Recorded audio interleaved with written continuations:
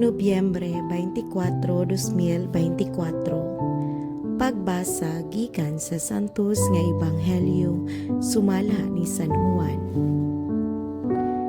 Unya mibalik si Pilato pagsulod sa palasyo ug gitawag niya si Jesus ug gipangutana, "Ikaw ba ang hari sa mga Hudiyo?" Si Jesus mitubag, "Imo ra ba gayud kining pangutana o gisultian ka ba hinuon sa uban mahitungod kanako?" Si Pilato mitubag, "Hudiyo bagud ako? Ang imong kaugalingong katawhan ug ang mga kadagkuan sa mga pari ang nagtugyan kanimo ngari kanako. Unsa bay imong nabuhat?" Si Jesus mitubag, "Ang akong gingharian dili iya niining kalibutana. Kung ang akong gingharian iya pa niining kalibutana, ang ako mga sakop makig-away unta aron dili ako ikatugyan ngadto sa mga Hudiyo. Apan lagi ang akong gingharian dili iya niining kalibutana."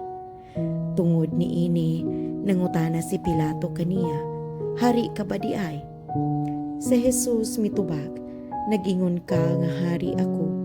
Tungod niini natawo ug mianhi ako sa kalibutan alang sa usa lamang katuyo nga mao ang pagsaksi sa kamatuoran. Ang anaa sa kamatuoran mamati kanako."